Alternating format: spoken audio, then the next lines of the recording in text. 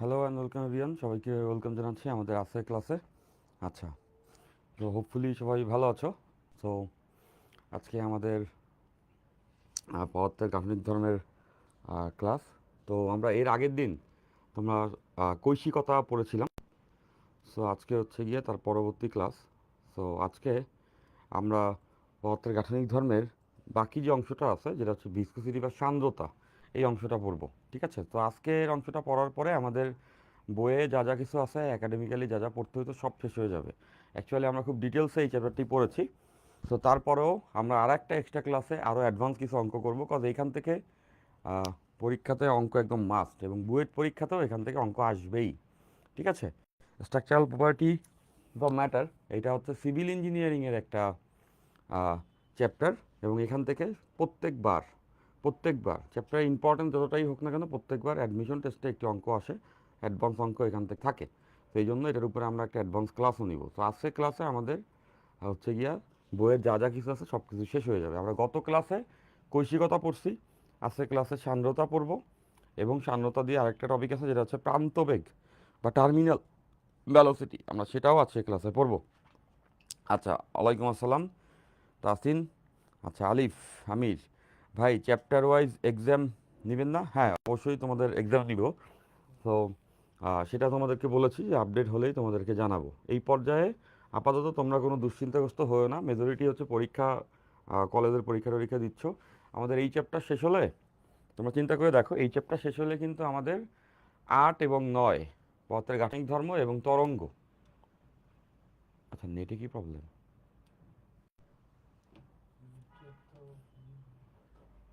আচ্ছা, চ্যাপ্টার 8 এবং 9 এই দুইটাই হচ্ছে আমাদের বাকি থাকবে।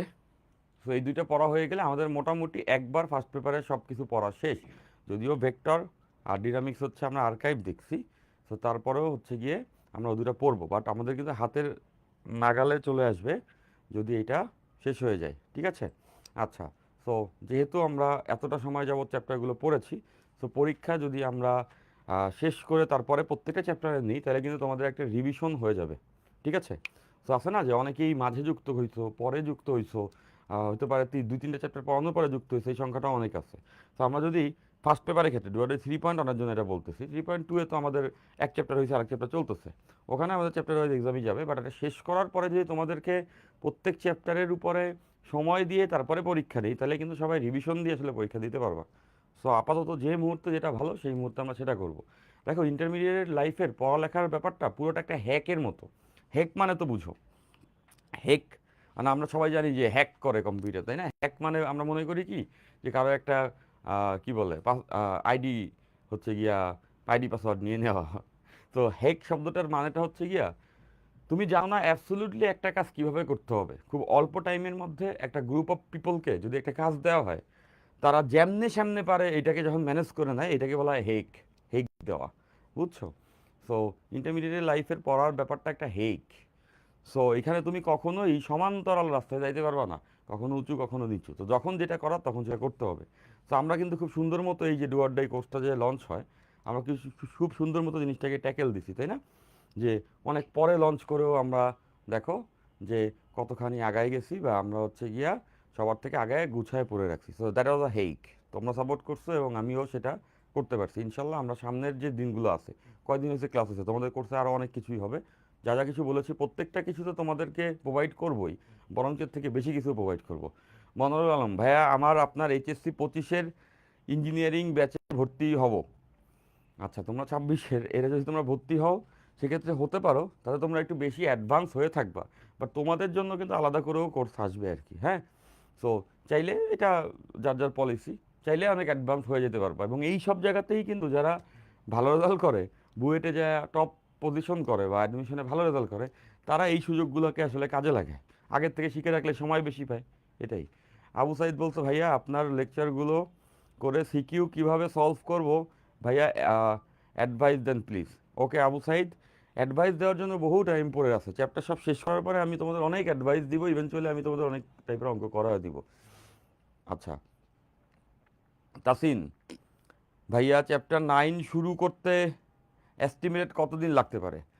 এই আজকে হচ্ছে গিয়া তোমার এই চ্যাপ্টারের এই লেকচারের পরে আর একটা লেকচার নিব আমি, তারপরে চ্যাপ্টার 8 শুরু হয়ে যাবে। চ্যাপ্টার 8 শুরু হলেই মনে রাখবো যে চ্যাপ্টার 9ও চলতেছে, তাহলে ওই চ্যাপ্টার 8 আর চ্যাপ্টার 9 মিলে মোট দাঁড়াও 7 7 14টা ক্লাস লাগবে। Okay fine. তাহলে দরকার পড়লে আমি যদি তোমাদের চ্যাপ্টার 9-এ আর্টস বেশি থাকে তাহলে ক্লাস ফ্রিকোয়েন্সিও দরকার পড়ে বাড়ায় দিব, তোমার টেনশন করো না। চ্যাপ্টার 9 তরঙ্গ, তরঙ্গ আমার কাছে খুবই একটা সোজা চ্যাপ্টার এবং খুবই ফান্ডামেন্টাল একটা চ্যাপ্টার, যেটা পড়তে হলে আমাদের অবশ্যই পর্যাবৃত্ত গতি পড়া থাকা উচিত, তাইলে বেটার ফিল পাওয়া যায়। আমি চাইলে কোনো কিছু না পড়া অবস্থায় তরঙ্গ পড়ায় ফেলতে পারি, বাট সেটা করবো না, তোমাদেরকে ডেপ থেকে পড়াবো। নাফিজ ইকবাল বলছো ভাইয়া আমি মেইন বইতে বলা আছে যে লিকুইডের প্রেশার ইনক্রিজ করলে ইন্টারমলিকুলার ডিস্টেন্স কমে। আচ্ছা হ্যাঁ, ইন্টারমলিকুলার ডিস্টেন্স কমে, ইন্টারমলিকুলার ডিস্টেন্স কমে আর ভ্যালোসিটি ইনক্রিজ হয়, কিন্তু লিকুইড তো ইন ইনকম্প্রেসেবল, তাহলে কমে কমে কীভাবে? আচ্ছা ভালো একটা কোশ্চেন করছো, এই কোশ্চেনটা বেশ ভালো ছিল।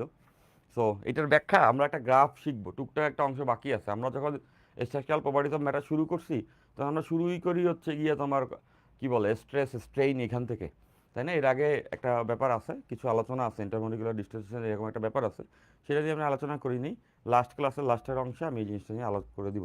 ঠিক আছে, আমি বুঝতে পারছি তোমার কোশ্চেনটা। আচ্ছা ভাইয়া আপনি কি ম্যাথ বইয়ের সব ম্যাথ করতেন? এটা ভালো কোশ্চেন করছো নাফিজ আলম। না, ম্যাথ বইয়ের সব ম্যাথ আমি আসলে করতাম না, তবে সব ম্যাথই পরে যায় পারতাম। কিভাবে হয়েছে জিনিসটা?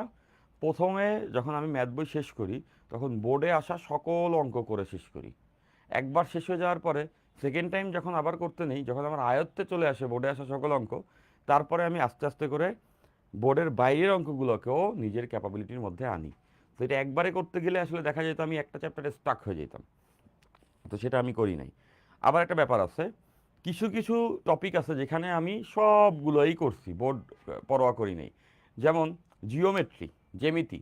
জ্যামিতিতে বোর্ড পরোয়া করার কিছু নাই, কারণ জ্যামিতি আসলে ফান্ডামেন্টাল থেকে বুঝলে সবই পারা যাবে। জ্যামিতিতে আমি প্রথমেই সব করছি। তারপর হচ্ছে গিয়ে বীজগণিত, বীজগণিতও মেজরিটির ক্ষেত্রেই সবই করছি, 95%ই করছি। বাট ত্রিকোণমিতি এটা সব আমি কোনোদিনই করি নেই, কারণ ত্রিকোণমিতি এমন একটা টপিক এখানে সব করে তুমি কোনোদিন শেষ করতে পারবা না। সো দ্যাটস ওয়াই ত্রিকোণমিতিতে শুধু বোর্ডেরগুলো করছি, পরে যায় কিছু ইম্পর্টেন্ট অঙ্ক বাড়াইছি, সেভাবে করে সিলেক্ট। যেমন বলবিদ্যা, ত্রিকোণমিতি, বলবিদ্যা, এইগুলোতে কখনোই সব অঙ্ক করে তুমি শেষ করতে পারবা না। এখানে বোর্ডের অঙ্কগুলো করে তুমি যদি পারো, আর তার পাশাপাশি আরও ইম্পর্টেন্ট যে কয়েকটা অঙ্ক আছে এটা যদি তুমি পারো, তাইলে সেটাই যথেষ্ট প্রিপারেশন। আর আবার জিওমেট্রি, তারপরে বীজগণিত, এইসব জায়গাগুলোতে হচ্ছে গিয়ে তোমার সব অঙ্কই করা যায়। ঠিক আছে, ওকে ওকে। তরুণ দল কী অবস্থা ভাইয়া? অনুশীলনীর ম্যাথগুলো কি সব করতে হবে? অনুশীলনের ম্যাথগুলো সব করে ফেলতে পারো, ফিজিক্সের ক্ষেত্রে অনুশীলনের ম্যাথগুলো সব করে ফেলতে পারো, ওগুলো খুবই সোজা টাইপেরই অঙ্ক। তাহলে চলো আর দেরি না করি, আমরা ক্লাস শুরু করি। তাহলে আজকে আমরা যে টপিকটা পড়ব, আজকে আমরা যে টপিক পড়ব সেটা হচ্ছে গিয়া সান্দ্রতা।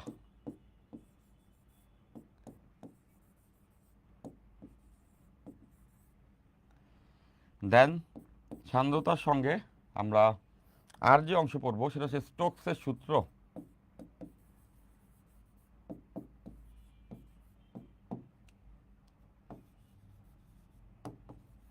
এবং ফাইনালি আমরা জানবো হচ্ছে গিয়া প্রান্ত বেগ বা টার্মিনাল ভেলোসিটি। ওকে, এই তিনটা জিনিসই এই চ্যাপ্টারে বাকি আছে, যেগুলো আজকের ক্লাসে আমরা দেখব। ঠিক আছে, তাহলে চলো আমরা ক্লাস শুরু করি। তাহলে প্রথমেই সান্দ্রতা, সান্দ্রতা শব্দটা একটা সাধু বাংলা ভাষা। ওকে, সেই জন্য এই শব্দটার সঙ্গে আমাদের মেজরিটিরই পরিচয় নেই। সান্দ্রতা, কেউ বলতে পারবা সান্দ্রতা দ্বারা বাংলায় কি বোঝায়? কিছু কিছু ক্ষেত্রে ফিজিক্সে কিছু ইংলিশ ওয়ার্ডকে বাংলা ভাষা করতে যায় এত কঠিন সাধু ভাষা ইউজ করা হয়েছে যে মেজরিটি আসলে শব্দ শুনে বুঝেই না এটা দ্বারা কী বুঝাইছে। সান্দ্র শব্দের মানে কি বলো? তোমরা যদি বাংলা ব্যাকরণ পড়ে থাকো তোমাদেরকে বলি সান্দ্র, সান্দ্র শব্দের মানে হচ্ছে আঠা। রায়হান কোশ্চেন করছে এমসিকিউ কীভাবে ফার্স্ট করব, তো আমরা এগুলো করবো, হ্যাঁ, তো এগুলো বলবো, রায়হান আলোচনা করব। আমরা একটু পড়াটা একটু আগাই, হ্যাঁ, রায়হানের কোশ্চেনটা ভালো, আলোচনা করতাম, বাট শুরু করছি তো ক্লাসটা একটু আগাই, এরপর আলোচনা করছি। আচ্ছা, তো সান্দ্র শব্দের অর্থ হচ্ছে গিয়ে আঠা। সান্দ্র বাংলাতে সান্দ্র বলতে বোঝায় হচ্ছে আঠা। তাহলে সান্দ্রতা বলতে বোঝায় আঠালোতা। দেখো এই শব্দটা শুনলেই তোমাদের মাথায় আসলে জিনিসটা ক্লিয়ার হয়ে গেছে, সান্দ্রতা মানে কোন টপিক। সান্দ্রতা বলতে বোঝায় হচ্ছে আঠালোতা।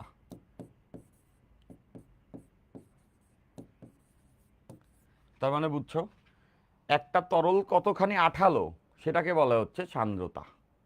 ওকে, তাহলে তুমি চিন্তা করে দেখো, পানি এবং মধু এই দুইটার মধ্যে কার সান্দ্রতা বেশি হবে? খুবই সিম্পল, মধুর সান্দ্রতা বেশি হবে, কারণ মধু বেশি আঠালো। আবার দেখো মধু এবং আলকাত্রা এই দুইটার মধ্যে কার সান্দ্রতা বেশি হবে? আলকাত্রা, কারণ হচ্ছে আলকাত্রা আরও বেশি আঠালো। সোজা কথা মনে করো, এই স্কিনে আমি দুইটা তরল ফেলে এক ফোঁটা এক ফোঁটা করে দুটো তরল দিলাম, যে তরলটা দ্রুত গড়ায় পড়বে ওইটার আঠালোতা কম, সান্দ্রতা কম, আর যে তরলটা আস্তে আস্তে লাইগা থেকে থেকে গড়ায় পড়বে তার আঠালোতা বেশি। তো আমরা যে ফ্লুইড পড়ছি, ফ্লুইডের মধ্যে যার আঠালোতা বেশি হবে তাকে আমরা বলবো অধিক সান্দ্র। ঠিক আছে, অধিক সান্দ্র। আচ্ছা, এই সান্দ্রতাকে আমরা আঠালোতার পাশাপাশি আরেকটা নামেও ডাকতে পারি। সান্দ্রতাকে আমরা বলতে পারি তরলের ঘর্ষণ বল। তরলের তরলের ঘর্ষণ বল। তরলের ঘর্ষণ বল। কঠিনের ঘর্ষণ বল তো আমরা চিনি, আমরা পড়েছি নিউটনিয়ান মেকানিক্সে। তরলের ঘর্ষণ বল তো আঠালোতা। তরল যে আঠা আঠা ফিলটা দেয়, এটা কি তরলের সঙ্গে যে ঘষা লাগে সেটা। তো তরলের আঠালোটাকেই আমরা বলছি, তরলের ঘর্ষণ বলকেই আমরা বলতে পারবো সান্দ্রতা, বা সেটাকে আরও সোজা বাংলায় আমরা বলতে পারবো হচ্ছে গিয়া আঠালোতা। ভাইয়া ওই তিনটা হলেই কি চ্যাপ্টার শেষ? এই তিনটা হলেই চ্যাপ্টার শেষ, তারপরেও আমরা কিছু আরও অঙ্ক এক্সট্রা দেখবো দেখে একটা ক্লাস রাখছি আর কি। এই ওখানে ওই যে তোমাদের আরও কিছু কোশ্চেন আছে আমি যেগুলো পাইছি সেগুলোর আলোচনা করব। আজকের এই ক্লাস হলেই চ্যাপ্টারে যা যা আছে সব চলে আসবে। আচ্ছা, তো সান্দ্রতার জন্য প্রথমে আমরা যে সূত্রটা শিখবো সেটা হচ্ছে নিউটনের সূত্র। নিউটনের সূত্র।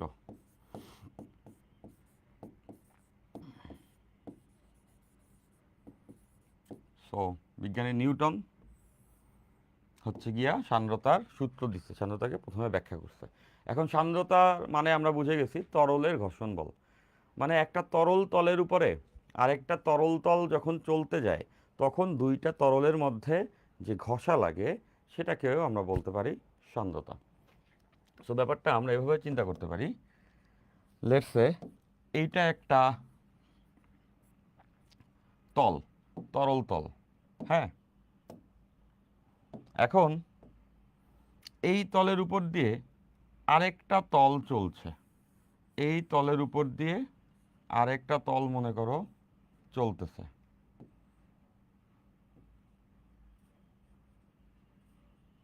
দেখেই বুঝতে পারতেছো যে দুইটা তল একটা আরেকটার উপর দিয়ে চলছে। অনেকটা তোমরা যদি স্রোতযুক্ত নদীতে কখন নেমে থাকো তাহলে খেয়াল করে দেখবা, স্রোতযুক্ত নদীতে তুমি যখন দাঁড়ায় থাকো দেখবা পা মাটিতে দাঁড়ানো থাকলেও তোমার এই শরীরের ঊর্ধ্ব অংশ স্রোতে পিছন দিকে চলে যেতে চাবে। তো দেখা যায় ব্যাপারটা এরকম, এটা যদি একটা নদী হয়, তুমি যদি এখানে দাঁড়ায় থাকো, স্রোতযুক্ত নদী, নদীতে তো স্রোত থাকেই। ওকে, এখানে যদি তুমি দাঁড়ায় থাকো দেখবা তোমার পায়ের নিচের অংশ এখানে স্টেবল থাকলেও তোমার বডির উপরের অংশ পিছন দিকে একটা বেগে সরে বাঁকায় যেতে চাবে এবং বারবার বাঁকায় যায়। স্রোতযুক্ত নদীতে যখন স্রোত থাকে তখন কিন্তু দাঁড়ায় থাকা খুব কঠিন, এদিকে কিছুটা বাঁকায় যায়। তাহলে আমরা এটা সবাই বুঝতে পারতেছি, নদীতে উপরে যে পরিমাণ সরে যায় নিচে কিন্তু সেই পরিমাণ সরে না। তো এটা তো খুবই সিম্পল যে নদীকে কতগুলো স্তরে আমরা ভাগ করে ফেলতে পারি, যে এখানে একটা স্রোতের লেভেল, তার উপরে যে স্তর আছে এখানে একটা স্রোতের লেভেল, তার উপরে যে স্তর আছে এখানে একটা স্রোতের লেভেল। এভাবে করে একটা নদীতে আমরা বুঝতে পারতেছি যে পানির কতগুলো লেয়ারে এক একটা লেভেল থাকে। তো এখানে এরকমই আমরা বুঝাইছি, দুইটা পানির স্তর, নিচে একটা স্তর, উপরে একটা পানির স্তর। ওকে, আচ্ছা ফাইন।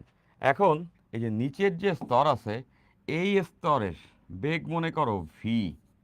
তো আমরা তো এটা একটু আগেই দেখতে পাইছি যে নিচের স্তরের বেগ যতটুকু হয় উপরের স্তরের বেগ তার থেকে একটু বেশি হয়, তার উপরের স্তরের বেগ তার থেকে আরেকটু বেশি হয়, তার উপরের স্তরের বেগ তার থেকে আরও একটু বেশি হয়, তার উপরের স্তরের বেগ তার থেকে আরও একটু বেশি হয়, মানে বেগগুলো ধীরে ধীরে বাড়তে থাকে।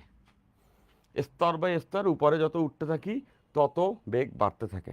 তাহলে এই নিচের স্তরের বেগ যদি ভি হয়, তাহলে এর উপর দিয়ে যে স্তরটা স্লাইড করে যাচ্ছে সেই স্তরটার বেগ কিছুটা বেশি হবে। তো সেটা ধরলাম ভি প্লাস ডিভি, মানে হচ্ছে গিয়া নিচের বেগের থেকে ডিভি পরিমাণ বেগ বেশি উপরের স্তরের। ওকে, আচ্ছা, ফাইন। আর মনে করো এই যে যে তলটা এর উপরে ঘষা খাচ্ছে তার ক্ষেত্রফল হচ্ছে এ। এই তলটা যে ঘষা খাচ্ছে এই তলটার ক্ষেত্রফল হচ্ছে গিয়া এ। ওকে, আচ্ছা। এবং এই যে দুইটা তলের মধ্যে ডেফিনেটলি একটা উচ্চতার পার্থক্য আছে। এই দুইটা তলের মধ্যে উচ্চতার পার্থক্যকে আমরা বললাম ডিওয়াই। উচ্চতার পার্থক্য হচ্ছে গিয়া ডিওয়াই। ওকে, ফাইন। তাহলে এখানে আমরা একটা টার্মের সঙ্গে পরিচিত হব, যেটাকে আমরা বলবো হচ্ছে বেগের নতি। বেগের নতি,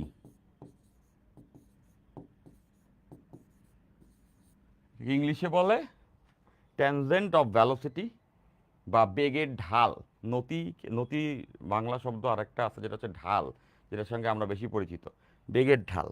তার মানে সোজা কথা, বেগের নতির সংজ্ঞাটা আমরা মনে রাখবো। বেগের নতিকে প্রকাশ করা হয় হচ্ছে গিয়ে একক উচ্চতায় যতটুকু বেগ বৃদ্ধি পায়। বেগের নতিকে আমরা বলবো একক উচ্চতায়, একক উচ্চতায়, একক উচ্চতায় যতটুকু যতটুকু বেগ বৃদ্ধি পায়, বেগ বৃদ্ধি পায়, একক উচ্চতায় যতটুকু বেগ বৃদ্ধি পায়। তাহলে একটু এখানে খেয়াল করে দেখো যে এই জায়গাতে ডিওয়াই উচ্চতায় বেগ বৃদ্ধি পাইছে কতটুকু, ডিভি। নিচের স্তরের বেগ ছিল ভি, উপরের স্তরের বেগ হচ্ছে ভি প্লাস ডিভি।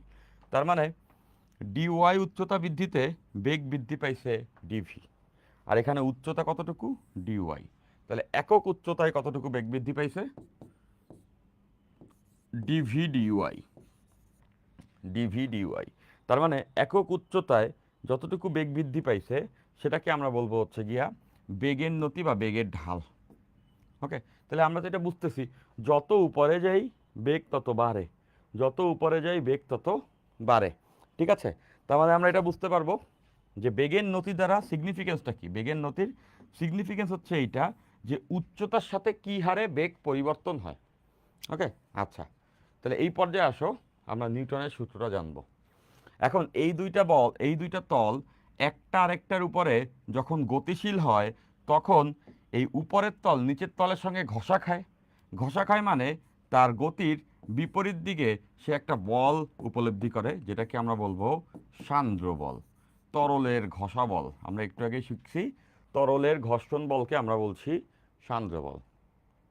তাহলে এটা খুব কোয়াইট কমন সেন্স, আমরা বুঝতে পারতেছি যে তলগুলো যখন একটার একটার উপর দিয়ে চলতে যাবে তখন উপরের তল নিচের তলের সঙ্গে যে ঘষা খাবে সেটাকে আমরা বলতে পারবো হচ্ছে সান্দ্রবল। এখন নিউটন এই সান্দ্রবল নিয়েই আসলে সংজ্ঞাগুলো দিয়েছেন। নিউটনের সূত্রে সান্দ্রবলের পরিমাণ কেমন কি হবে সেটা বলেছেন। তো নিউটন এই সান্দ্রবলের সংজ্ঞা থেকে বলেছে যে এই সান্দ্রবল এফ, সান্দ্রবল এফ হচ্ছে তলের ক্ষেত্রফলের সমানুপাতিক, যে তলটা যাচ্ছে সেই ক্ষেত্রফলের সমানুপাতিক। এটা তো কমন সেন্স। দেখো তলটা যত বেশি বড় হবে তত কি ঘষা বেশি খাবে না? বড় তল, সোজা কথা, যত বড় তল হবে এই তলটার ক্ষেত্রফল যত বেশি হবে তত সে ভারী হবে, তার মানে ওই তলের উপরে চাপ দিবে বেশি। এটা একটা। আরেকটা পাশাপাশি হচ্ছে তত জায়গা জুড়ে সে ঘষা খাবে।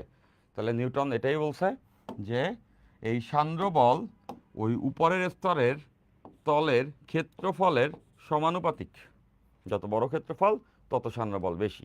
এইটা গেল একটা কথা। দুই নম্বরে সে আরো বলেছে যে এই সান্দ্র বল তলগুলোর বেগের নতির সমানুপাতিক, বেগের নতির সমানুপাতিক।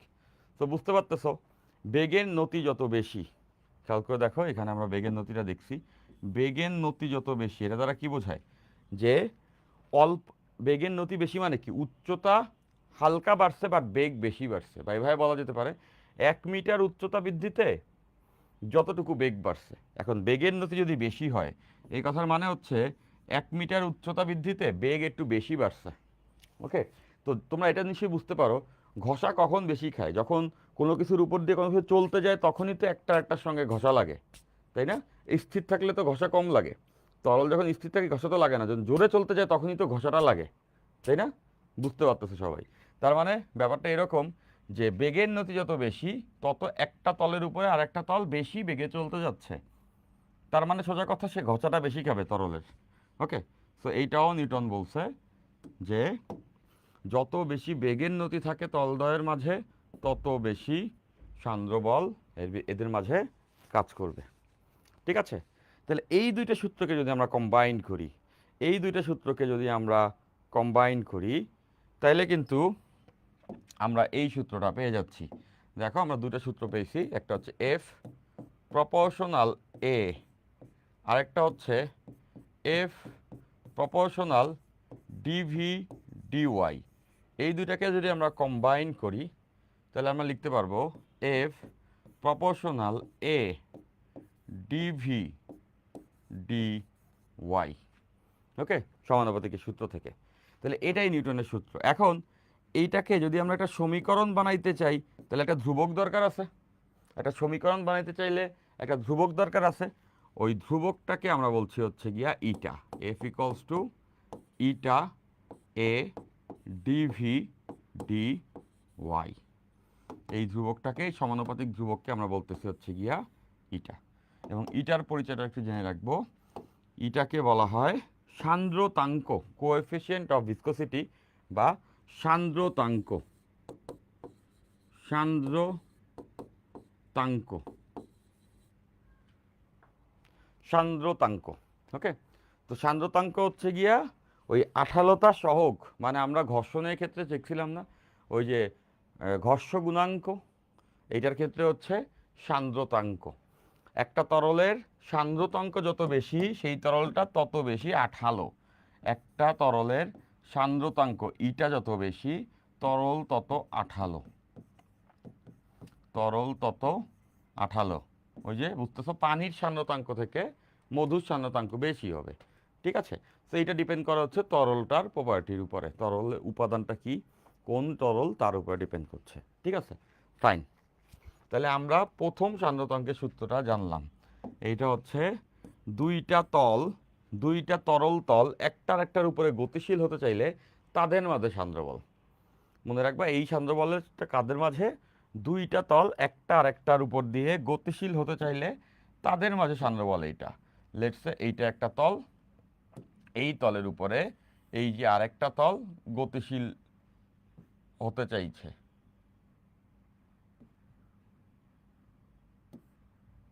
দেখো এই দুইটা তল একটা একটার উপরে গতিশীল হতে চাইছে। ওকে, তাহলে সেই ক্ষেত্রে এই দুইটা তলের মধ্যে যে সান্দ্র বল কাজ করবে সেইটা আমরা বের করে ফেলছি।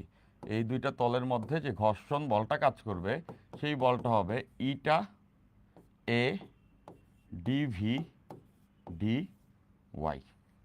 ওকে, এখানে যে ইটা আছে ইটা হচ্ছে এই তরলের সান্দ্রতাঙ্ক, এ হচ্ছে এই স্তরগুলোর ক্ষেত্রফল, আর ডিভিডিআই হচ্ছে বেগের নতি। ডিভিডিআই হচ্ছে বেগের নতি। তো বেগের নতি বের করার সূত্রটা আমরা দেখেছি যে এই উপরেরটা নিচেরটার থেকে কতটুকু বেশি বেগে আছে ডিভাইডেড বাই এই দুইটা তরল তলের মধ্যে কতটুকু হচ্ছে গিয়ে উচ্চতার পার্থক্য আছে। ঠিক আছে, আচ্ছা, তাহলে এই জায়গাতে আমরা মনে রাখবো এই এ হচ্ছে স্তরের ক্ষেত্রফল, স্তরের ক্ষেত্রফল, আর এই ডিভিডিওয়াই এটা হচ্ছে গিয়ে বেগের নতি।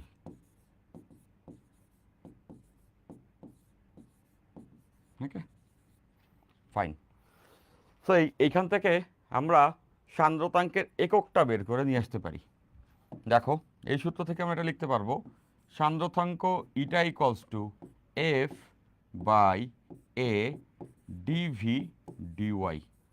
ওকে, আচ্ছা, তো এবার দেখো এখান থেকে আমরা সান্দ্রতাঙ্কের একক বের করতে পারি। এফ এর একক আমরা সবাই জানি। এফ এর একক কি বলো? এফ এর একক হচ্ছে নিউটন। আর ক্ষেত্রফলের এককও আমরা জানি, ক্ষেত্রফলের একক হচ্ছে মিটার স্কয়ার, ক্ষেত্রফলের একক metre square. Dv dy, dv d এর একক কি দেখো, ডিভি মানে হচ্ছে বেগ, তো বেগের একক আমরা জানি মিটার পার সেকেন্ড। আর ডিওয়াই, ডিওয়াই মানে তো একটা উচ্চতা, মানে এটাও আমরা মিটার বলতে পারি, তাই না? তাহলে দেখো এখান থেকে মিটার মিটার কাটা। ওকে, আচ্ছা, তাহলে এখান থেকে দেখো আমাদের এককটা থাকে newton per metre square into second. দেখো সেকেন্ড ইনভার্স উপরে ভাগ হয়ে গেলে সেকেন্ড থাকবে। এইটা হচ্ছে সান্দ্রতাঙ্কের একক। আমরা সান্দ্রতাঙ্কের একক এইটা বলতে পারবো newton per metre square second. Okay, এটা একটা। আরেকটা জিনিস আমরা এটা জানি, এই যে নিউটন পার মিটার স্কোয়ার যেটা আছে এটাকে কি আমরা প্যাসকেল বলি না? এটাকে আমরা বলি হচ্ছে প্যাসকেল। তাহলে সান্দ্রতাঙ্কের একক এটাও হয় প্যাসকেল সেকেন্ড, এভাবে মনে রাখতে পারো, প্যাসকেল সেকেন্ড। এটাও সান্দ্রতাঙ্কের একক, যেটাকে আমরা বলছি প্যাসকেল সেকেন্ড। ওকে, ফাইন। তাহলে সান্দ্রতাঙ্কের এককটা মনে রাখবা প্যাসকেল সেকেন্ড অথবা newton per metre square second. ঠিক আছে, তাহলে এই সূত্র আমরা সবাই বুঝে ফেলছি, এই সূত্র আমরা সবাই বুঝে ফেলছি। তাহলে এবার চলো আমরা এই সূত্রের উপরে ভিত্তি করে ক্ষুদ্র কয়েকটা অঙ্ক আছে, এরকম একটা অঙ্ক সলভ করি। একটা স্টেটমেন্ট দিচ্ছি,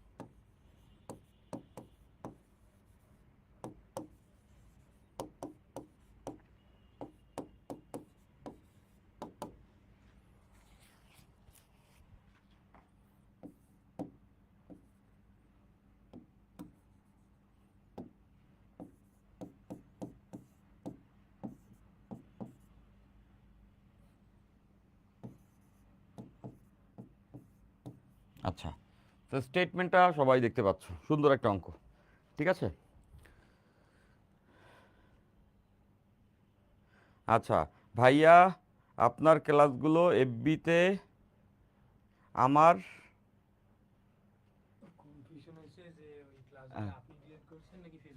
ও আচ্ছা আচ্ছা আচ্ছা, অনেকের কাছে কতগুলো ক্লাস আছে না, তো এইগুলো কিন্তু ফেসবুক থেকে ডিলিট হয়েছে। তোমরা এটা একটু জানবা যে এই যে ক্লাস কতগুলো আছে, তোমরা জানো যে মেটা নতুন পলিসি, সেটা হচ্ছে 28 দিন চলে গেলে ক্লাস আর থাকে না। হ্যাঁ, হ্যাঁ, লাইভ ভিডিও আর থাকে না। ঠিক আছে, 28 দিনে লাইভ ভিডিওগুলো আর থাকে না। সো এটা মেটা থেকে অটোমেটিক্যালি ক্লাসগুলো সরিয়ে দেয়। সো এটা সলিউশনটা হচ্ছে এটা, যে আমরা কিন্তু এই ক্লাসগুলোকে হচ্ছে গিয়ে ওয়েবসাইটে প্লেস করে দিছি। হ্যাঁ, ক্লাসগুলোকে ওয়েবসাইটে প্লেস করে দিছি যাতে করে তোমরা হচ্ছে গিয়া এই ক্লাসগুলো পরবর্তীতে দেখতে পারো।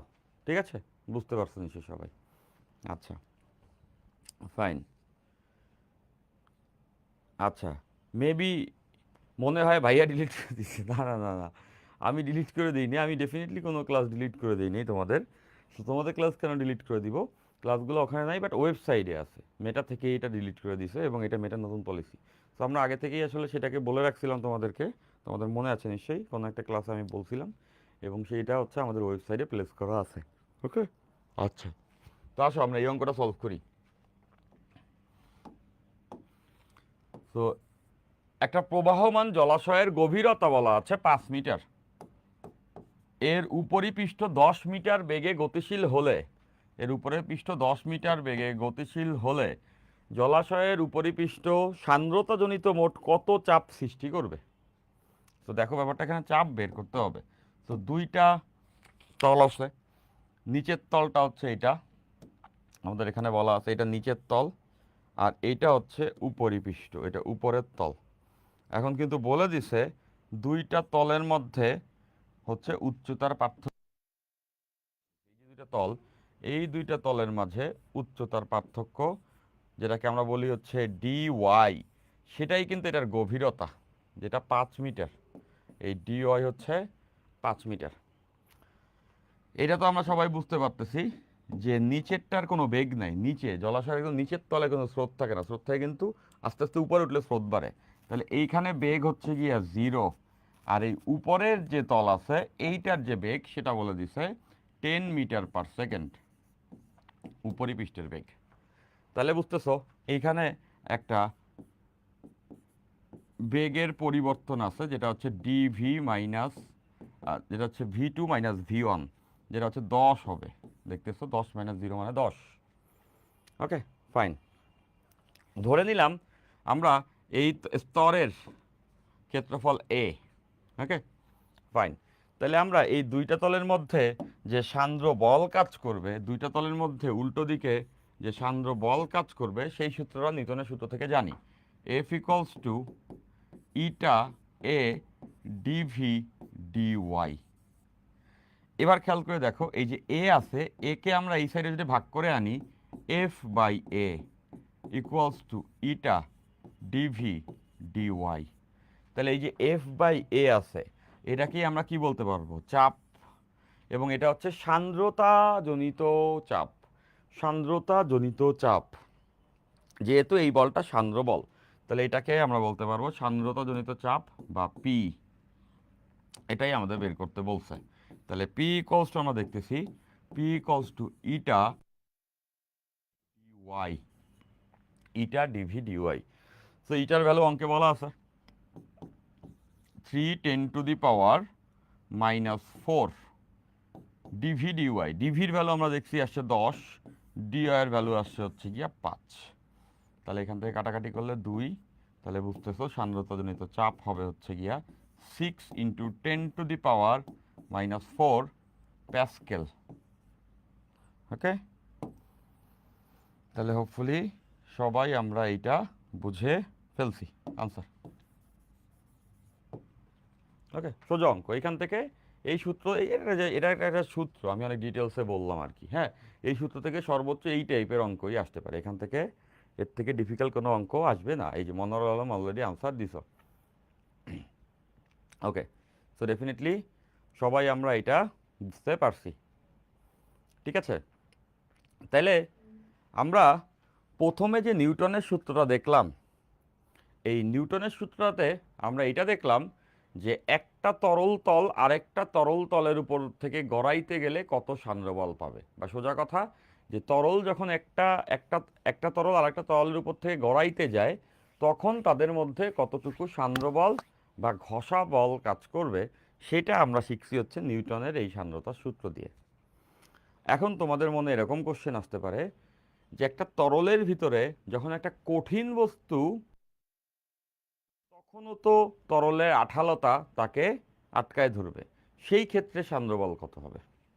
আচ্ছা, তো সেইটা আবার বলছে হচ্ছে স্টোকস। হ্যাঁ, স্টোকসের এই সূত্রে কোনো প্রমাণ আমরা দেখব না, জাস্ট ডিরেক্টলি সূত্রটাই জানবো। তো আমরা প্রথম কেসটা দেখছি, প্রথম কেসটা আমরা দেখছি দুইটা তরল তলের মধ্যে আসলে সান্দ্র বল কত হতে পারে, যেটা আমরা এখানে দেখছি যে একটা তরলের উপর দিয়ে আরেকটা তরল যখন গড়ায় তখন সান্দ্র বল কত হয়, যেটা আমরা এখানে দেখলাম যে তখন সান্দ্র বল F ইকুয়ালস টু হয় ইটা এ ডিভি ডিওয়াই। যেটা হচ্ছে নিউটনের সূত্র থেকে আমরা জানছি। এটা কাদের ক্ষেত্রে, এটা কোন ক্ষেত্রে? তরলের সঙ্গে তরলের, দেখো এখানে কিন্তু তরলের সঙ্গে তরলের, তরলের সাথে তরলের সাথে তরলের তরলের সাথে তরলের সান্দ্রতা। ওকে, এখন ডেফিনেটলি সান্দ্রতা তরলের সঙ্গে তরলের না, শুধু এমনও হতে পারে একটা কঠিন বস্তু তরলের মধ্যে পড়ছে, তখন তার উপরে সান্দ্র বল কেমন হবে। এবং এইটা আমরা যে সূত্রের মাধ্যমে জানবো সেইটা হচ্ছে গিয়া স্টোকসের সূত্র। স্টোকসের সূত্র, স্টোকসের সূত্র। আমরা এখন স্টোকসের সূত্রটা জানবো। আচ্ছা, আর এইটা যে সূত্রটা ছিল এটা হচ্ছে নিউটনের সূত্র।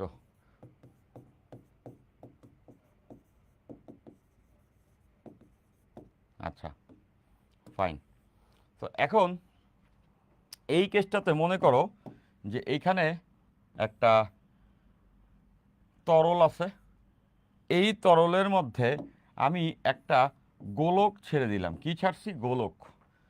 এই তরলের ভিতরে একটা মনে করো মার্বেল ছেড়ে দিছি, গোলক। একটা মার্বেল বা একটা গোলককে এই তরলের মধ্যে ফেলে দেওয়া হয়েছে। তাহলে চিন্তা করে দেখো, এইখানে এই গোলকটা যত নিচের দিকে যাবে তত কি সে এইখানে পানিকে কেটে কেটে যাবে না? পানি বা তরলকে কেটে কেটে নিচে পড়বে। তাহলে বুঝতেছো এই তরলকে ওকে টেনে ধরবে না। তুমি খেয়াল করে দেখো, তোমার কাছে মনে করো 2 গ্লাস পানি, 2 গ্লাস তরল আছে, এক গ্লাসে আছে মনে করো পানি, আর এক গ্লাসে আছে মধু। এখন দুইটা মার্বেলই একই সঙ্গে ছেড়ে দিলা, পানির মধ্যে দেখবা মার্বেলটা খুব সহজেই তাড়াতাড়ি তলে চলে যাবে, আর মধুর মধ্যে দেখবা খুব আস্তে আস্তে আস্তে আস্তে আস্তে আস্তে নামবে। কারণ কি? মধুর ক্ষেত্রে ওই মার্বেলটাকে সে যখন নামতে নিছে উল্টা দিকে টাইনা ধরছে, আঠালোতার কারণে পিছন দিকে টেনে টেনে রাখতেছিল, তাই না? সো এইখানে কি হচ্ছে? এখানে হচ্ছে কঠিনের সঙ্গে তরলের সান্দ্রবল, আর এখানে হচ্ছে তরলের সাথে তরলের সান্দ্রবল।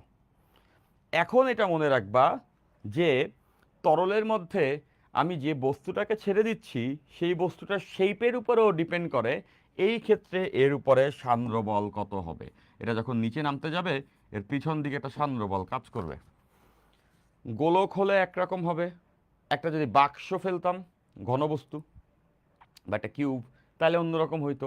বিভিন্ন রকম শেপের জন্য বিভিন্ন রকম সান্দ্র বল সে এখানে ফিল করবে, এবং এইখানে বস্তুর আকারের উপরে ডিপেন্ড করে কত সান্দ্র বল ফিল করবে।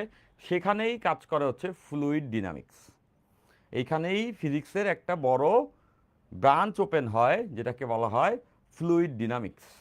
এবং ফ্লুইড ডিনামিক্স হচ্ছে গিয়া one of the core part of physics, but যেইটা দুর্ভাগ্যবশত আমাদের সিলেবাসে নাই। ফ্লুইড ডিনামিক্স বলতে আমাদের এই প্রবাহী যেটা আমরা বলি ফ্লুইড, সেটাতে যতটুকু আছে অতটুকু খুবই কম। আমরা যতটুকু পড়তেছি এতটুকু খুবই কম, বাংলাদেশের কারিকুলামে এতটুকুই আছে। একটা সময় অনেক কিছু ছিল সেগুলো এখন নাই, এবং এখন অ্যাবসলিউটলি ফ্লুইড ডিনামিক্স বাদই পাল্লে দিয়ে দিছে। ইভেনচুয়ালি যখন শর্ট সিলেবাস ছিল, শর্ট সিলেবাসের সময় তো প্রবাহীর অংশটাই বাদ দিয়ে দিছিল, শুধু ছিল হচ্ছে কঠিনের অংশটা, ওই যে ইয়ংয়ের গুণাঙ্ক টুণাঙ্ক এই পর্যন্ত ছিল। কিন্তু যখন তুমি ইন্ডিয়ার কারিকুলাম দেখলে তোমরা দেখবা ফ্লুইড ডিনামিক্সের উপরে আলাদা একটা বই আছে। ওদের ফিজিক্সের অনেকগুলো ভাগ, তার মধ্যে fluid dynamics itself is a part. যেমন আমরা ম্যাথমেটিক্স অনেকগুলো পার্ট পড়ি না, ত্রিকোণমিতির জন্য একটা বই, বলবিদ্যার জন্য একটা বই, এইরকমই আছে গিয়া ফিজিক্সের ক্ষেত্রে ফ্লুইড ডিনামিক্সের জন্য একটা বই, তারপরে হচ্ছে গিয়া একটা সাইডের জন্য একটা বই। হ্যাঁ, তো আমাদের ফ্লুইড ডিনামিক্স নাই। তো এটার জন্য আমার আসলে বাংলাদেশি কারিকুলামের উপরে খুবই মন খারাপ হয় যে ফ্লুইড ডিনামিক্সটা থাকা উচিত ছিল, এটা অনেক বেশি মজার। ঠিক আছে, ফাইন। তো যাই হোক, আমাদের ফ্লুইড ডিনামিক্সের একটু ছিটে ফোটা এখানে আছে, যেটা হচ্ছে স্টোকসের সূত্র। ওকে, ফাইন। তাও মনে রাখবা স্টোকসের সূত্রের সীমাবদ্ধতা কি। এই যে সূত্রটা আমরা এখন শিখবো এটা শুধুমাত্র গোলকের জন্য, শুধুমাত্র গোলকের জন্য, শুধুমাত্র শুধুমাত্র গোলকের জন্য। এই বইয়ে এই কথাটা লেখা নাই কোনো জায়গায়, বাট এই সূত্রটা শুধুমাত্র গোলকের জন্য। আচ্ছা, তো স্টোকসের যে সূত্রটা আছে সেটাতে এটা বলা হয়েছে যখন একটা গোলক একটা তরলের মধ্যে নিচে পড়তে থাকে তার উল্টো দিকে যে সান্দ্র বল কাজ করে এফ, সেই বলটা হবে হচ্ছে 6 পাই আর ইটা ভি, 6 পাই আর ইটা ভি, 6 পাই আর ইটা ভি। Okay fine. তাহলে এইখানে এই 6 পাই তো কনস্ট্যান্ট, বুঝতেছো? এটা তো কনস্ট্যান্ট, এটা ধ্রুবক, এটা যে সমানুপাতিক ধ্রুবক। এই আর, এই আর হচ্ছে গোলকের ব্যাসার্ধ, যে গোলকটা আমরা নিচ্ছি, যে গোলকটা এখানে পড়তেছে তার ব্যাসার্ধ। তার মানে যত বড় গোলক হবে তত সান্দ্র বল পাবে, বুঝতে পারতেছো? গোলক যত বড় হবে পেছন দিকে তত বেশি ঘষা খাবে, স্বাভাবিক না? একটা বড় বস্তু তরল কাইটা যখন নামবে তখন তরলের স্তর ফাটাইতে ফাটাইতে নামতে হবে। চিন্তা করো, তরলের স্তর মানে অনেকগুলা লেভেল, একটার উপর আরেকটা। সো যত বড় গোলক হবে তত সেটা কি বেশি বাধার সম্মুখীন হবে। খুব সিম্পল, তার মানে পেছন দিকে তত সান্দ্রতা বা আর্দ্রতা টেনে ধরবে। তার মানে এটা ব্যাসার্ধের সমানুপাতিক। তারপর এটা তো সান্দ্রতাঙ্ক, খুব সিম্পল, যে তরলে পড়তেছে তার আঠালোতা। তো এটা তো বুঝতেই পারতেছি, যে তরলে পড়তেছে সেই তরলটা যদি বেশি আঠালো হয় তাহলে সান্দ্র বলও বেশি ফিল করবে, বেশি আঠালো তরল হইলে সান্দ্র বলও বেশি ফিল করবে। তার ভিতর দিয়ে পড়তে গেলে পেছন দিকে বেশি আঠালোটা টান কাজ করবে। ফাইন। আচ্ছা, আর ভি, যে বেগে সে নামতেছে, বেশি বেগে নামতে গেলে বেশি বাধার সম্মুখীন হবে। বেশি, তুমি নর্মালি চিন্তা করে দেখো তো, অনেকগুলা লেভেল ভেঙে ভেঙে ওই গোলকটা নামতেছে, তাইলে যত জোরে নামতে যাবে তত কি হচ্ছে তাকে বেশি রিফ্লেক্স দিবে, বা তত বেশি হচ্ছে গিয়া, মানে সোজা কথা এভাবে চিন্তা করো, যত বেশি বেগে নামবে তত কি তার ভরবেগ বেশি হবে। তো ভরবেগ যত বেশি হবে তরলের উপরে তত বেগে ধাক্কা, ভরবেগে ধাক্কা দিলে তরলও ওই যে ভরবেগের সংরক্ষণশীলতা নীতি অনুযায়ী ততই হচ্ছে পিছন দিকে ভরবেগ ব্যাক করবে, রিয়াকশনাল মোমেন্টাম দিবে বা প্রতিক্রিয়া বল দিবে, সোজা কথা। তো প্রতিক্রিয়া বল যত বেশি দিবে ততই তো পেছন দিকে সান্দ্র বল বেশি হবে, সোজা হিসাব। Okay fine. তাহলে এখান থেকে বুঝতে পারতেছো এই এফ হচ্ছে গিয়ে ওই গোলকটা যে বেগে নামতেছে তারও সমানুপাতিক। ওকে, সো বেসিক্যালি স্টোকস এই তিনটা কথা বলছিল, যে সান্দ্র বল গোলকের ব্যাসার্ধের সমানুপাতিক, সান্দ্র বল সান্দ্রতাঙ্কের সমানুপাতিক, সান্দ্র বল ওই গোলকটি যে বেগে নামতেছে তার সমানুপাতিক। তাহলে এখান থেকেই আসলে বেসিক্যালি এই সূত্রটা আসছিল, যে এফ প্রপোর্শনাল এ আর এন আর ইটা ভি। তো এখানে একটা ধ্রুবক দরকার আছে সমানুপাতিক, ওই ধ্রুবকটাই হচ্ছে 6 পাই। তাহলে 6 পাই আর ইটা ভি। ঠিক আছে ফাইন। এটাই হচ্ছে ওই গোলকটা যখন নামতে যাবে তরল কেটে, তখন তার উপরে পেছন দিকে যে সান্দ্র বল কাজ করবে। এটা শুধুমাত্র গোলকের জন্য, আমি কিন্তু বারবার বলে নিচ্ছি, এটা শুধুমাত্র গোলকের জন্য। আমাদের বইয়ে শুধুমাত্র গোলকের কেসটা পর্যন্তই আছে, এর বাইরে থেকে কোথাও কোনো কিছু আসবে না। কজ এর বাইরে যদি অন্য কোনো শেপের বস্তু দেই, সেই আলোচনা এত ডিটেলস চাইলে আসলে 10-15টা ক্লাস করতে পারবো। ঠিক আছে, মজা আছে। আমি আমি একটা সময় আগ্রহ নিয়ে এটা পড়েছিলাম। সো যারা তোমরা সিভিল ইঞ্জিনিয়ারিংয়ে পড়বা তারা দেখবা তোমাদের ফ্লুইড ডিনামিক্স পড়াবে ওখানে, তো তখন একটু কঠিন লাগবে। কজ হচ্ছে হঠাৎ করে মনে হবে এটা হচ্ছে কি অনেক একটা বড় জগতে এসে পড়লাম। সো তখন বুয়েটে গিয়ে তোমরা যদি পরিশ্রম করো তাহলে ওখান থেকে জানতে পারবা। তো আমি সিএসসি ব্যাকগ্রাউন্ডে পড়ছি, আমাদের ক্ষেত্রে আসলে ওই স্ট্রাকচার বেশি একটা ছিল না আমাদের ক্ষেত্রে। জানো তোমরা সিএসসিতে আসলে এই অংশগুলো কমই আছে। হ্যাঁ, তো তারপরেও আমি নিজের আগ্রহে পড়ানোর জন্য এই অংশটা পড়েছিলাম, বেশ ইন্টারেস্টিং, ফানি। হ্যাঁ আচ্ছা, তো আমরা এতটুকু জানলে চলবে, এখানে তোমাদের এত ভয়ের কিছু নাই, যতটুকু আছে অতটুকু জানলেই চলছে। তাহলে আমরা বুঝলাম স্টোকসের সূত্র থেকে যখন একটা গোলক নামতে যায় তখন হচ্ছে গিয়ে, তো যে নিউটনের সূত্র শিখলাম, স্টোকসের সূত্র শিখলাম, এগুলো কেন শিখলাম? কারণ আমাদের আলটিমেটলি টার্গেটটা হচ্ছে গিয়ে আজকের ক্লাসে প্রান্ত বেগটা শেখা, প্রান্ত বেগটা আমরা শিখতে চাই। ওকে আচ্ছা, সো এখন আমরা এই প্রান্ত বেগটা শিখব। এখন আমরা যেটা শিখব সেটা হচ্ছে প্রান্ত বেগ। এটাই ছিল ক্লাসের মূল উপজীব্য বিষয়, যেটা জানার জন্য এই সূত্রগুলো জানা দরকার ছিল। প্রান্ত বেগ বা টার্মিনাল ভ্যালোসিটি, প্রান্ত বেগ বা প্রান্তিক বেগ নামেও বইয়ে লেখে, প্রান্ত বেগ বা প্রান্তিক বেগ বা টার্মিনাল ভ্যালোসিটি। এইটা একটা মজার টপিক, এইটা একটা খুবই মজার টপিক। তোমাদের এখানে একটা রিয়ালাইজেশন আসলে আনতে হবে। হ্যাঁ, এখানে একটা রিয়ালাইজেশন আনতে হবে। লেটস সে তোমরা এক্সপেরিমেন্টটা করে দেখতে পারো। মনে করো এরকম বড় একটা বালতি ভরা পানি আছে, এখন একটা মার্বেল নিবা, নিয়ে এটার মধ্যে ফেলবা, ফেলে খুব ডিপ অবজারভেশন করবা। খুব ডিপ অবজারভেশন করলে তোমরা খেয়াল করবা যে মার্বেলটা কিছুটা পথ প্রথমে এক্সেলারেট করবে, মানে ত্বরণে পড়বে, আস্তে আস্তে বেগ বাড়বে। একটা জায়গায় যাওয়ার পরে তার বেগ আর বাড়বে না, এরপরে সে স্মুথলি একটা সমবেগে নেমে আসবে, স্মুথলি একটা সমবেগে নেমে আসবে। তাইলে যখন একটা মার্বেল সমবেগে নেমে আসে, সেই বেগটাকে আমরা বলি হচ্ছে গিয়া প্রান্তবেগ। তো প্রান্তবেগের সংজ্ঞাটা আমি একটু লিখে দিচ্ছি যে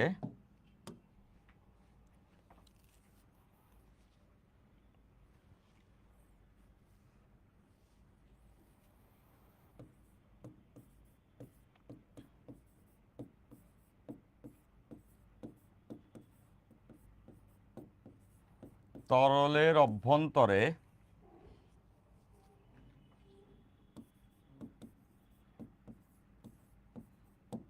বস্তুর ওজন, প্লবতা ও সান্দ্র বলের লব্ধি যখন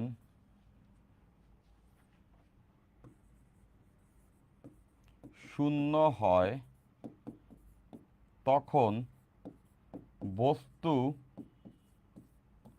যে সমবেগে সমবেগে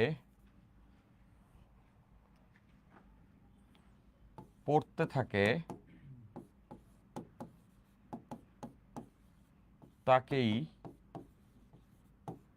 প্রান্তবেগ বলে, প্রান্তবেগ বলে। ঠিক আছে?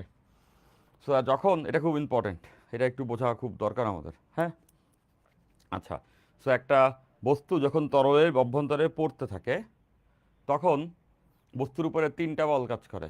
একটা হচ্ছে বস্তুর ওজন নিচের দিকে, আর একটা হচ্ছে তরলের সান্দ্র বল উল্টা দিকে, ওই যে গোলক যখন পড়তে নেয়, মার্বেল যখন পড়তে নেয় উল্টা দিকে আঠালোতা টেনে ধরে। আর আরেকটা হচ্ছে গিয়ে প্লবতা। আমরা আর্কিমিডিস থেকে শিখছি যে বস্তু যখন পানির মধ্যে যায়, নিমজ্জিত হয়, তখন বস্তুর ওজনের সমপরিমাণ পানির ওজন বস্তুর উপরে ঊর্ধ্ব, হ্যাঁ, বুয়েন্সি ফোর্স আর্কিমিডিসের সূত্র আমরা পড়েছিলাম। তাহলে বুঝতেছো, এই তিনটা বলের লব্ধি যখন শূন্য হয়, লব্ধি যখন শূন্য হয় তখন কি ওই বস্তুর উপরে লব্ধি বল শূন্য হলে বস্তুর সমবেগে বলে পড়ে, যেটা আমরা নিউটনের সূত্রে শিখছি, যে কোনো বস্তুর উপরে লব্ধি বল শূন্য হলে স্থির বস্তু স্থির এবং গতিশীল বস্তুর সমবেগে পড়তে থাকে। তো এই তিনটা বলের লব্ধি যখন শূন্য হয় তখন ওই মার্বেলটা বা ওই বস্তুটা, গোলকটা, এটা সমবেগে তলের মধ্যে নামতে থাকে। ওই সমবেগটাকে আমরা বলতেছি হচ্ছে গিয়া প্রান্তবেগ। তাহলে এবার আমরা সেই জিনিসটা দেখব।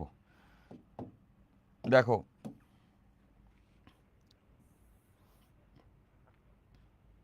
সো এইটা হচ্ছে কি একটা তরল যার মধ্যে একটা গোলক মনে করো পড়ছে, একটা গোলক এর মধ্যে পড়ছে, এর উপরে তিনটা বল কাজ করবে। সবাই মনোযোগী হয়েও তাহলে বুঝতে পারবা। প্রথম যে বলটা কাজ করবে সেটা হচ্ছে ওজন, নিচের দিকে ডাব্লিউ, ওজন। তারপর আমরা আজকেই দেখছি যে উল্টো দিকে কি কাজ করবে, যেহেতু বস্তুটা নিচে পড়তেছে, উল্টো দিকে কাজ করবে সান্দ্র বল, সান্দ্র বল। একটু আগেই দেখছি আমরা এখানে, এই যে স্টোকসের সূত্রে আমরা এখানে দেখছি ওই যে সান্দ্র বল গোলকের উপরে। আরও চিন্তা করে দেখো, এটাকে আমরা বলবো সান্দ্র বল, এটা হচ্ছে সান্দ্র বল। আর নিচে কাজ করছে ওজন। আরেকটা বল উপরে কাজ করবে যেটাকে আমরা বলি হচ্ছে গিয়া প্লবতা বা বুয়েন্সি। উপরে আরেকটা বল কাজ করবে যেটাকে আমরা বলি প্লবতা। ছোটবেলায় পড়ছো প্লবতা বল, আর্কিমিডিসের সূত্রে পড়ছিলাম, মনে আছে? 9-10-এ ছিল যে একটা বস্তু যখন তরলের ভিতরে থাকে তখন ওই বস্তু যে আয়তনের পানিরে অপসারণ করে, সেই পানির যে ওজন, সেই ওজনটা তরল বস্তুর উপরে উপরের দিকে দেয়। তাহলে বুঝতে পারতেছো যে এইখানে এই তিনজন বল মিলে এর উপরে লব্ধি বল শূন্য হবে। তাহলে খেয়াল করে দেখো তো, এই যে বস্তুটা আছে এই বস্তুর উপরে লব্ধি বল কত? নিচের দিকে ওজন, উপরের দিকে কি কি আছে? সান্দ্র বল প্লাস প্লবতা। নিশ্চয়ই সবাই বুঝছো, নিচে ডাব্লিউ আর উপরে এরা দুইজন, তাহলে ডাব্লিউ থেকে দুজন বিয়োগ। তাহলে এদের লব্ধি যখন শূন্য হবে, মানে এটা যখন শূন্য হবে, তখন কি এর উপরে লব্ধি বল শূন্য, তখন একটা সমবেগে নিচের দিকে পড়বে। এই সমবেগটাকে আমরা বলবো টার্মিনাল ভেলোসিটি, প্রান্তিক বেগ বা প্রান্ত বেগ। ওকে, আচ্ছা ফাইন। 9-10 টপিক এক্স্যাক্টলি তরুণ দল ধরতে পারছো। তাহলে এটা যদি শূন্য হয়, এটা যদি শূন্য হয়, তাহলে দেখতেছো W minus F plus F prime. Okay, আচ্ছা, তো এটাকে আমরা ব্যালেন্স করে এভাবে লিখতে পারবো, W equals to F plus F prime. এবার আসো ডাব্লিউ, ডাব্লিউ মানে কি? ওজন। তাহলে ওজনে আমরা কিভাবে লিখতে পারি? দেখো, ওজনকে আমরা লিখতে পারি mg, আর এটা হচ্ছে এফ। এফটা কি ছিল? সান্দ্র বল। তো গোলকের উপরে সান্দ্র বলের আমরা আজকেই সূত্র শিখছি, স্টোকসের সূত্র 6 পাই আর ইটা ভি। তাহলে এখানে লিখতে পারবো 6 পাই আর ইটা ভি প্লাস এটা হচ্ছে প্লবতা। ওকে, এবার আসো আমরা একটু এটা দেখি, সেটা হচ্ছে এই জিনিসটা তো আমরা সবাই জানি, ভরকে কি লেখা যায়? ভর equals to rho v. Rho হচ্ছে বস্তুর ঘনত্ব আর ভি হচ্ছে গিয়ে বস্তুর আয়তন। তো আমরা এই যে বস্তুটা আছে, বস্তুর ঘনত্বকে আমরা ধরলাম হচ্ছে গিয়ে সিগমা। কারণ কি? কজ রো দ্বারা আমরা ইউজুয়ালি পানির ঘনত্ব বুঝি, দ্যাটস ওয়াই। তাহলে বুঝতেছো, এই সিগমা হচ্ছে বস্তুর ঘনত্ব আর ভি হচ্ছে বস্তুর আয়তন। ওকে ফাইন, আমরা ধরে নিলাম এই যে বস্তুটা আছে এর ঘনত্ব হচ্ছে সিগমা। তাহলে দেখো এই এম এর এখানে লিখতে পারবো সিগমা ভি জি, এখানে লিখতে পারবো সিগমা ভি জি। ওকে, আচ্ছা ফাইন, প্লাস 6 পাই আর ইটা ভি প্লাস প্লাবতা। প্লাবতার সংজ্ঞা নিশ্চয়ই সবার মনে আছে। প্লাবতার সংজ্ঞা কি ছিল? বস্তুর সম আয়তন পানির ওজনের সমান। বস্তুর সম আয়তন পানির ওজন, ঠিক আছে? তাইলে এটাকে এভাবে লেখা যায়, দেখো ওই যে পানির ওজন, তো বস্তুর সম আয়তন পানির ভর মনে করো এত, তার সঙ্গে জি গুণ। তাহলে দেখো সিগমা ভি জি, ভি হচ্ছে কিন্তু ভলিউম, এখানে এই ভিড়ে কিন্তু আবার বেগ ভাইবো না, অনেকে এই ভি আর এই ভিড়ে এক ভাবতে পারো, এটা একটু বড় করে দিলাম, ভলিউম আয়তন 6 পাই আর ইটা, আর এই ছোট ভি হচ্ছে গিয়ে বেগ। এখন দেখো এই এম ডাব্লিউটা কি বোঝাইছি? বস্তুর সম আয়তন পানির ভর। তাহলে বস্তুর সম আয়তন যদি হয়, তাহলে আয়তনটা নিব কার? বস্তুর আয়তন নিব, মানে গোলকটার আয়তন নিব, আর ঘনত্ব নিব কার? পানির ঘনত্ব নিব। বস্তুর আয়তনের সঙ্গে পানির ঘনত্ব গুণ করলে ওই বস্তুর আয়তনের সমপরিমাণ পানির ভর পাইলাম, আর এই আয়তনের সঙ্গে বস্তুর ঘনত্ব গুণ করলে পাইতাম বস্তুর ভর। এই আয়তনের সঙ্গে পানির ঘনত্ব গুণ করলে পাবো তার সম আয়তন পানির ভর, তার সঙ্গে দ্বিগুণ। নিশ্চয়ই সবাই এতটুকু আমরা বুঝতে পারছি, ঠিক আছে ফাইন। এবার আমরা বের করতে চাই কিন্তু এই বেগটা, প্রান্ত বেগ ভিটা। তাহলে এটারে এই পাশে পাঠিয়ে দিব। তাহলে এভাবে লিখতে পারবো, দেখো 6 পাই আর ইটা ভি, আর এটাকে এই সাইডে পাঠাইলে দেখো সিগমা মাইনাস রো ইন্টু ভিজি। নিশ্চয়ই বুঝছো, এটা এই পাশে আসলে এই আয়তন ইন্টু জি, এটা কমন নিছি আমরা। এখন এইটা কি? বস্তুর আয়তন। তো বস্তু তো একটা গোলক, তো গোলকের আয়তন আমরা কে না জানি? 4/3 পাই আর কিউব। তাহলে এখান থেকে লিখতে পারবো 6 পাই আর eta V sigma minus rho, বস্তুর ঘনত্ব, বস্তুর আয়তন 4/3 পাই আর কিউব, ওই গোলকটার আয়তন ইন্টু জি। তো আমরা বের করতে চাই ভি। তাহলে ভি বের করতে চাইলে দেখো এই পুরো জিনিসটাকে ভাগ করে দিতে হবে 6 পাই আর ইটা দ্বারা। তো সেটা আমি পরের লাইনে লিখতেছি। ভি ইকুয়ালস টু আসবে, এখানে ছিল সিগমা মাইনাস রো 4/3 পাই আর cube into g, divided by এইটাকে আমরা ডিভাইড করছি হচ্ছে 6 পাই আর ইটা দ্বারা। 6 পাই আর ইটা ভি না, তো ভিটাকে 6 পাই আর ইটা দ্বারা ভাগ করে দিচ্ছি। Okay fine. তাহলে দেখো এখান থেকে অনেকগুলো টার্ম কেটে যাবে। এই যে পাই পাই কাটা, এই আর এর সঙ্গে আর কিউব যদি আমরা কাটি আর স্কোয়ার থাকবে। তাহলে আমরা আমাদের সূত্র পেয়ে গেছি। এই সেই ভি ইকুয়ালস টু আসবে, দেখো আরও কাটাকাটি যায়। কিভাবে কাটাকাটি যায়? এইখানেও যায়। দেখো 2 দ্বারা কাটলে এখানে থাকবে 3, আর এখানে 2 দ্বারা কাটলে থাকবে 2। তাহলে খেয়াল করে দেখো এই জায়গা থেকে উপরে আছে 2, এই যে 2, তাহলে এই যে 2, আর এই 3 নিচে নেমে এই 3-এর সঙ্গে গুণ হয়ে হবে 9, 2/9। দেখতেছো এই যে 2 আর এই 3 নিচে এখানে 3 আছে, গুণ হয়ে 2/9। 2/9 ইন্টু এইখানে দেখো আর স্কোয়ার আছে, হ্যাঁ, আর স্কোয়ার সিগমা মাইনাস রো, এই যে সিগমা মাইনাস রো আছে, জি ডিভাইডেড বাই ইটা, এটাই সূত্র। 2/9 R square sigma minus rho G by eta, এটাই হচ্ছে গিয়ে আমাদের প্রান্তবেগের ফর্মুলা। এটাই হচ্ছে আমাদের প্রান্তবেগের ফর্মুলা। তাহলে এখানে আমাদের কি কি জানতে হবে? জানতে হবে এই সিগমা দ্বারা কি বোঝায়? বস্তুর ঘনত্ব। ওই যে মার্বেলটা পড়তেছে বা যে বস্তুটা তরলের মধ্যে পড়তেছে তার ঘনত্ব কত। আর এই রো দ্বারা বোঝায় তরলের ঘনত্ব, যদি পানি হয় তাহলে পানির ঘনত্ব। আর এই আরটাকে যে গোলকটা পড়তেছে তার ব্যাসার্ধ, আর এই ইটা হচ্ছে যে তরলে পড়তেছে তার সান্দ্রতাঙ্ক। তাহলে আমরা বের করতে পারবো সেটা কত সমবেগে তরলের মধ্যে পড়বে। এবং এই সূত্র শুধুমাত্র গোলকের জন্য, এই সূত্র শুধুমাত্র গোলকের জন্য। নিশ্চয়ই খেয়াল করছো এখানে একটা ব্যাসার্ধ আছে, তার মানে গোলক ব্যতীত অন্য কারো তো কোনো ব্যাসার্ধ নাই। তার মানে এই সূত্র শুধুমাত্র গোলকের জন্য, মানে গোলাকৃতির কোনো বস্তু পানির মধ্যে পড়লে তার প্রান্তবেগের সূত্র লিমিটেশন আছে, এতটুকুই আমরা জানবো। যদি একটা বাক্স, কাঠের বাক্স পানির মধ্যে ফেলি সেক্ষেত্রে আসলে প্রান্তবেগ কত হবে সেইটা কিন্তু আমরা জানতেছি না। এই সূত্র শুধুমাত্র হচ্ছে গিয়া গোলকের জন্য।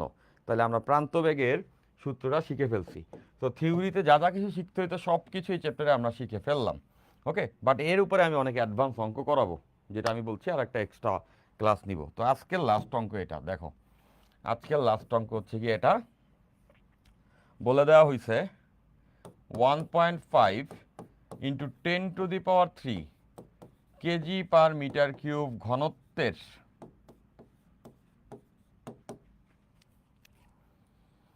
2 মিটার ব্যাসার্ধের একটি গোলক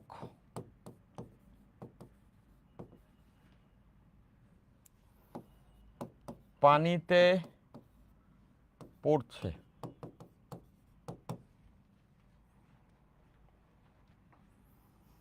এর প্রান্তবেগ নির্ণয় করো, প্রান্তবেগ নির্ণয় করো।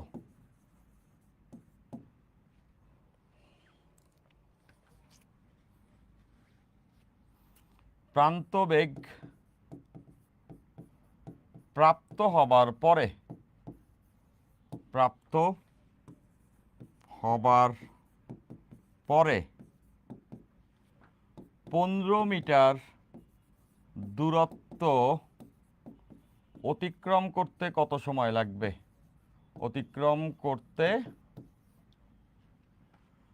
কত সময় লাগবে?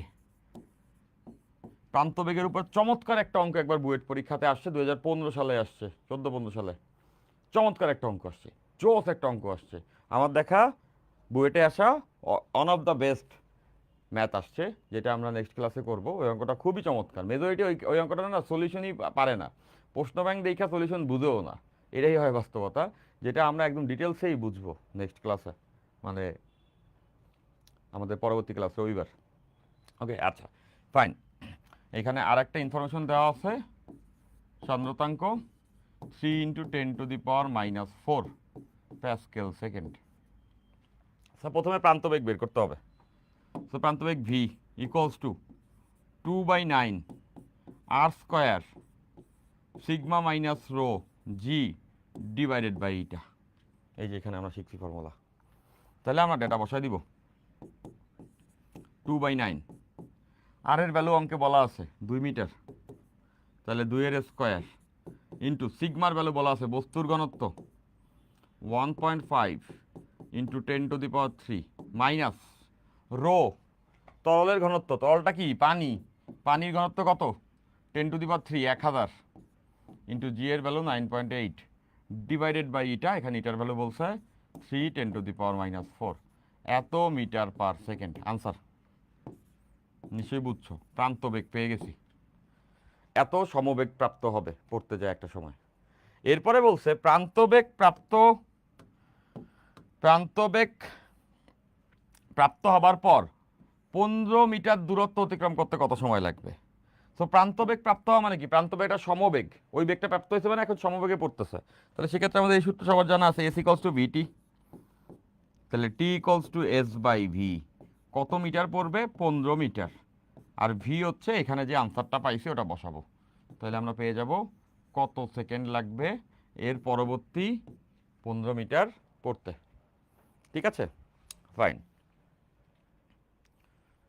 আমাদের এটার বাইরে আসবে না, তরুণ দল বস্তু জিন্দেগিতেও আসবে না তোমাদের এটার বাইরে, বরঞ্চ আমরা এর ভিতর থেকেই এমন কিছু অঙ্ক করবো যেগুলো তোমাদের আসবে না, বা অতটুকু পর্যন্ত জানলে অনেক অ্যাডভান্স থাকবো আমরা। ঠিক আছে, তাহলে হচ্ছে গিয়া এতটুকুই হচ্ছে আজকে আমাদের ক্লাসে পড়ানোর ছিল। তো আমরা আজকে থিওরিটিক্যালি সব শেষ করছি, বাট আমি কিন্তু প্রান্তবেগের উপরে আরও মজার অনেকগুলি অঙ্ক করাবো, যেটার জন্য যেগুলো বুয়েট পরীক্ষাতে আসছে, যেটার জন্য আমাদের নেক্সট ক্লাসটাতে সবাইকে অবশ্যই থাকতে হবে। আচ্ছা, ফাইন, তাহলে চলো আমরা আজকে ক্লাসটা এখানে শেষ করি। তো তোমরা রবিবারের ক্লাসে অবশ্যই থাকবা। থিওরিটিক্যালি আমাদের এই চ্যাপ্টারে যা যা পড়া সব পড়া শেষ, কিছু আরও এক্সট্রা অঙ্ক করাবো, টুকটাক আরও কয়েকটা জিনিস নিয়ে আলোচনা করব, এই জন্য আমাদের নেক্সট ক্লাসটা থাকলো, এরপরে আমরা পর্যায়বৃত্ত গতি শুরু করব।